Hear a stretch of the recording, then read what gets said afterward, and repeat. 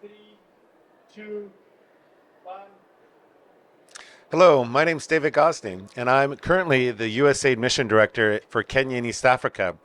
And I'm here at the YALI Summit, and it's a particular pleasure to be here today with Peter because previously in my career, I spent 3 years working in South Sudan as well as a USAID Director and Deputy Director there from the periods of 2010 to 12 and then 2016 to 17. And today I'm here at the YALI Summit with Peter Achop, who is the country YALI leader for the YALI cohort from South Sudan. But please, Peter, introduce yourself and tell us a bit more about what you're doing in South Sudan.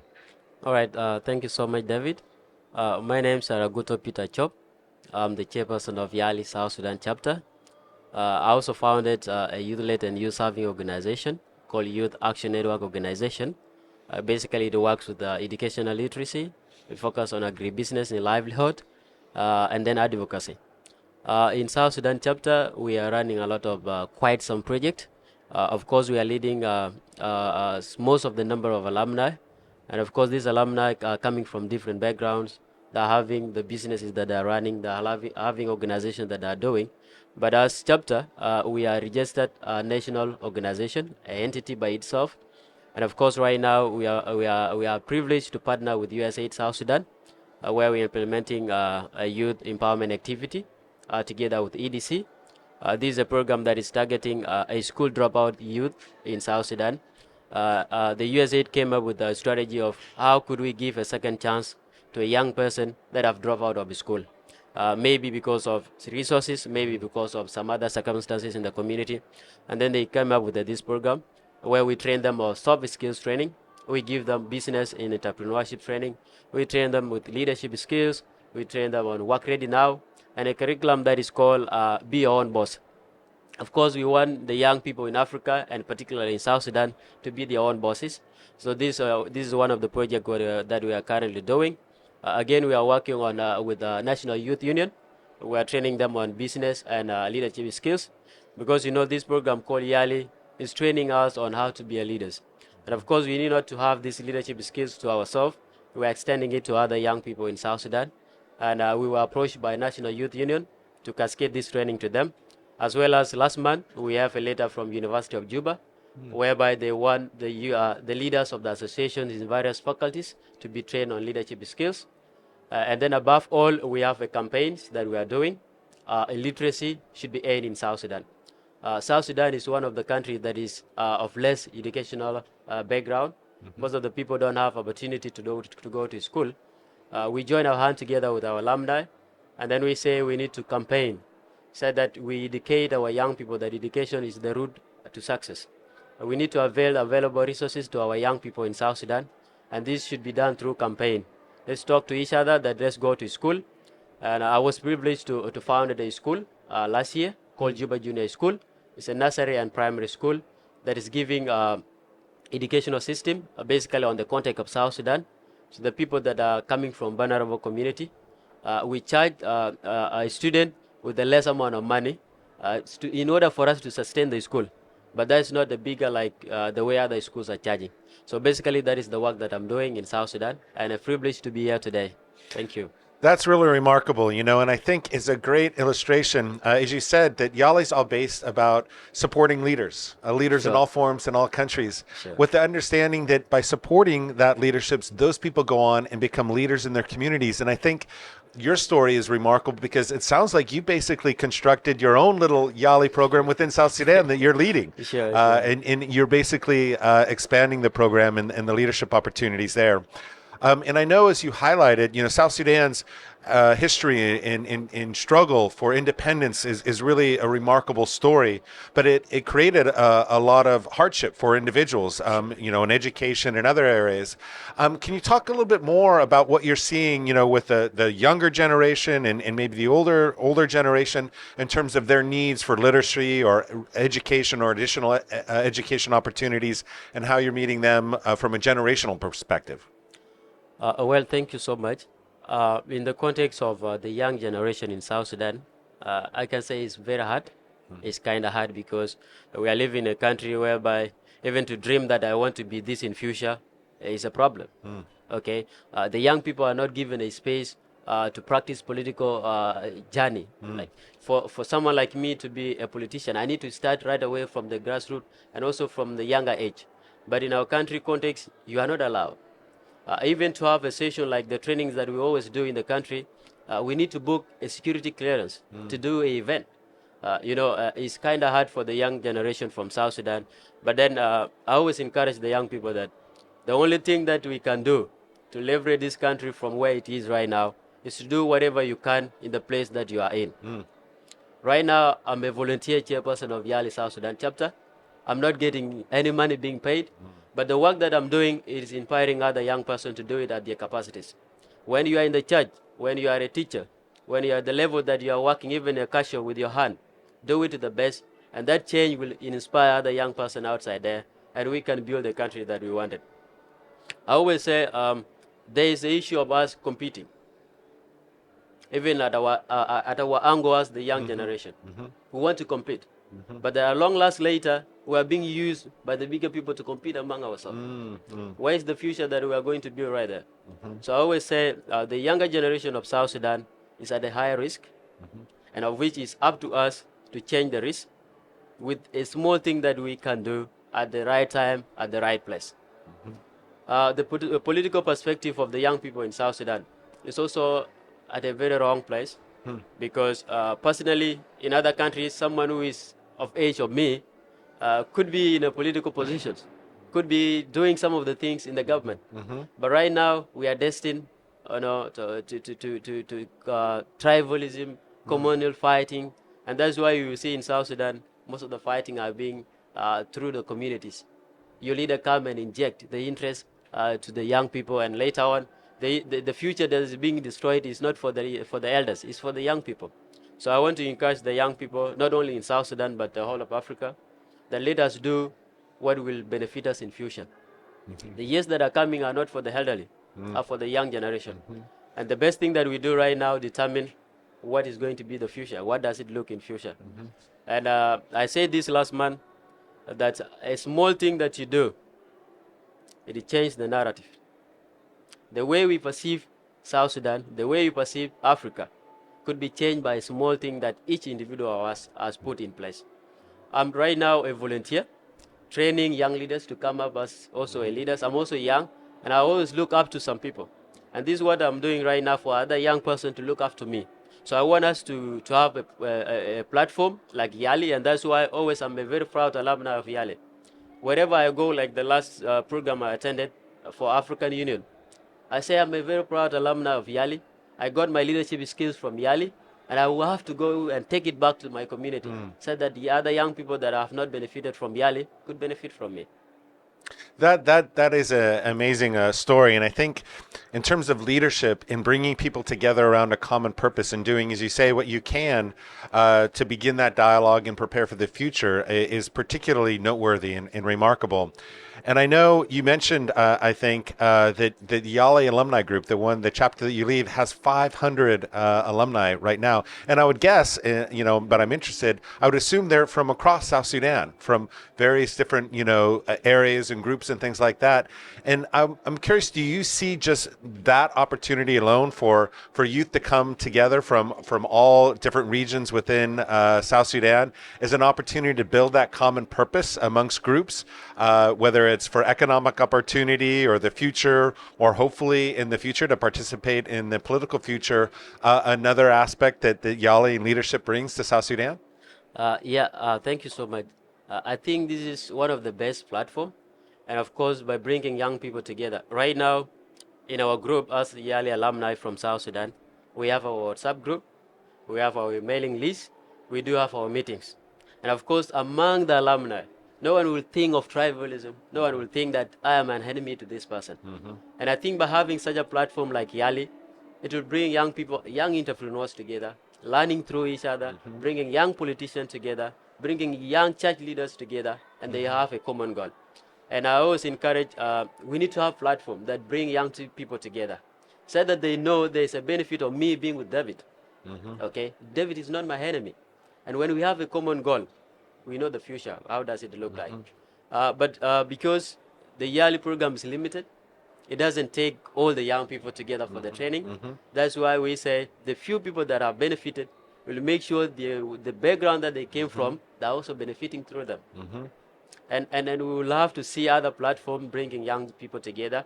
I talked to the people that were selected for IBLP because I've never went for BLP, but I told them you need also to form an association, so that you will be together. You need not to come back from the US and you get scattered.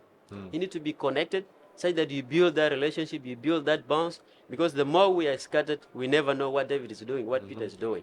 I got incited from another politician that David is bad, this tribe is bad. I can't while I'm very annoyed. But if you guys are continuing, like what Yali is doing, be together, be connected, you'll be loving yourself, and you'll be dividing the perception, like changing the mindset and say this is wrong and this is right. So I think it's a very good platform, and I wish more platform could be there to bring young people together from South Sudan. No, well, thank you for that. And thank you for all you're doing in that space. And as you said, one thing that brings people together is everybody wants an opportunity to provide for themselves and their families and to grow and prosper within their home countries. Sure. And you talked about one of the things that the YALI chapters really focus on is livelihoods and agricultural development and supporting each other to achieve those goals and outcomes. Is there some stories or examples that you think you're particularly proud of that you've been able to achieve in South Sudan in terms of supporting individuals to develop their literacy or their businesses or economic opportunities?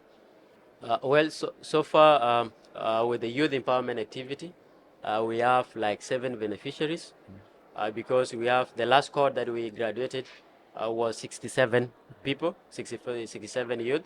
And so far we have 3 people that have started the salon.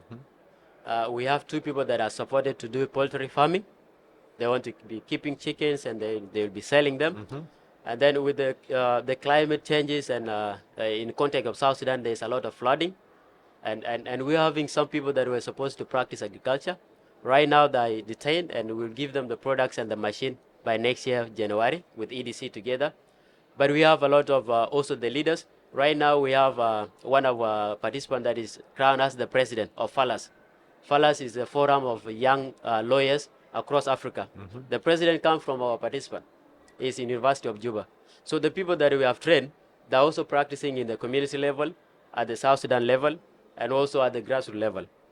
I will not talk of the CSOs, the community-based organizations that we have, but of course we have a quite number. Right now we have enrolled another 67 cohorts, that is cohort 3, for the youth empowerment activity in South Sudan.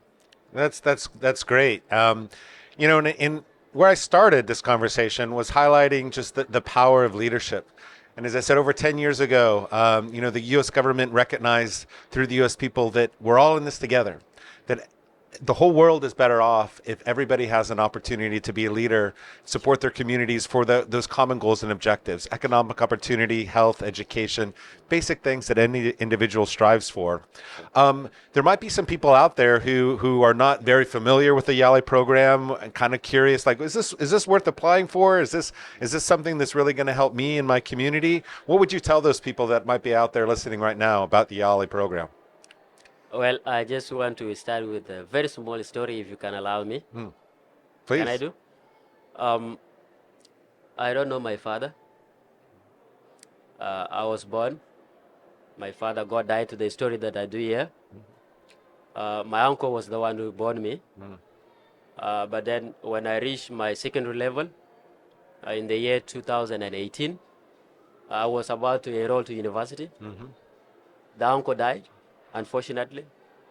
I was left with my mother and my sister. My sister was a cleaner. In 2020, when I enrolled to the University of Juba, she lost her job. We could struggle. We went back to the village. And then in 2021, I came back to Juba. I was working in a mansion where we build construction using my hand. I did not go to the school because no one was there to pay for my school fees. In the year 2022, I committed myself to community service work. I volunteer. And then I saw something like YALI application online. I say, let me try. It gave me to create my account. I said, this could be a scam. Why could I create an account? I have never started something online like that. And then I just go in, let me try. I open it, I create my account. I go through the application process. These were the questions that are familiar because I've been in the community. I do the community work as volunteer. I just write the questions as they wanted. In September, I got a notification that you are selected. You need to attend an interview. I didn't have smartphone, so I have to put my SIM card and then request that I should be called on phone call. I was called, I did my interview. Positively, they said I made it. In 2022, I went to RLC.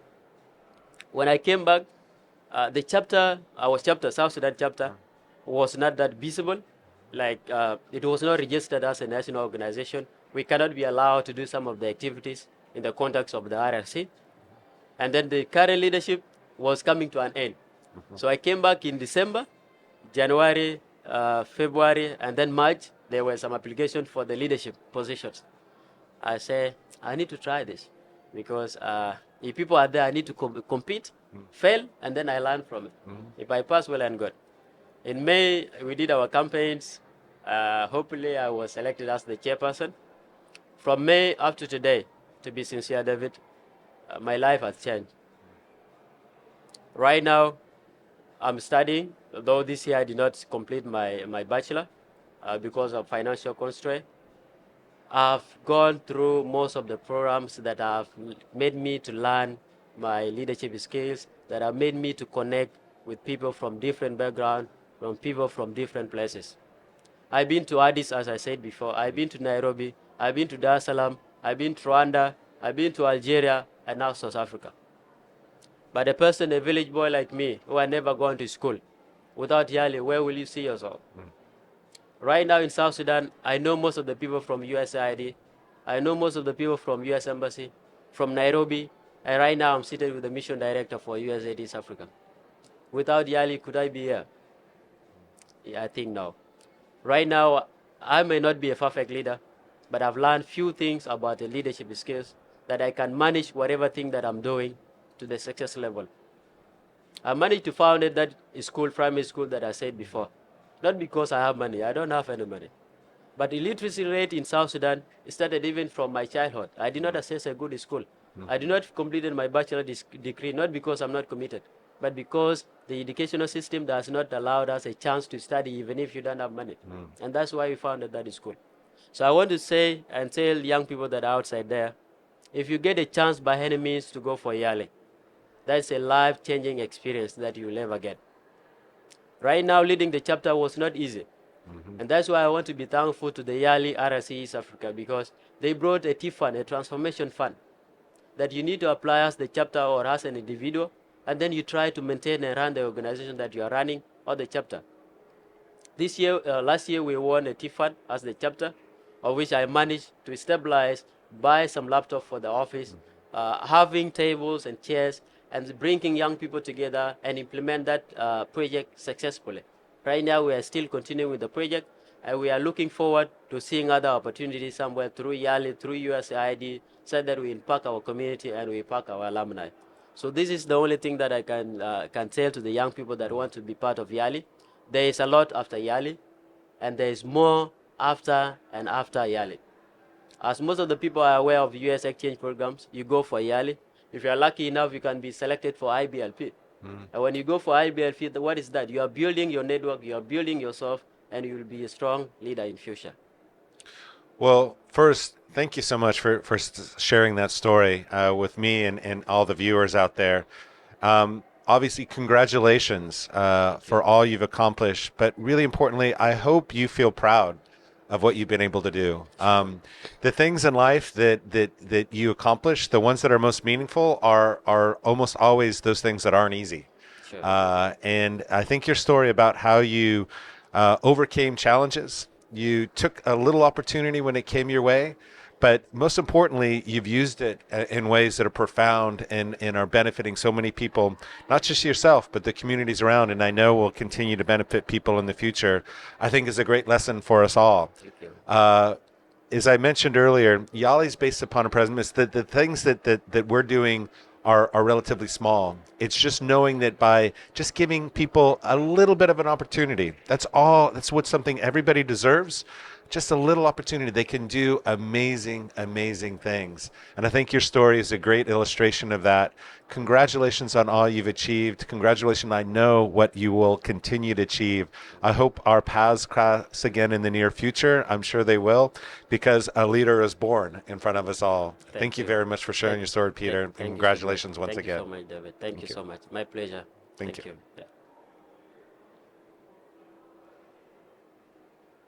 Good. Uh,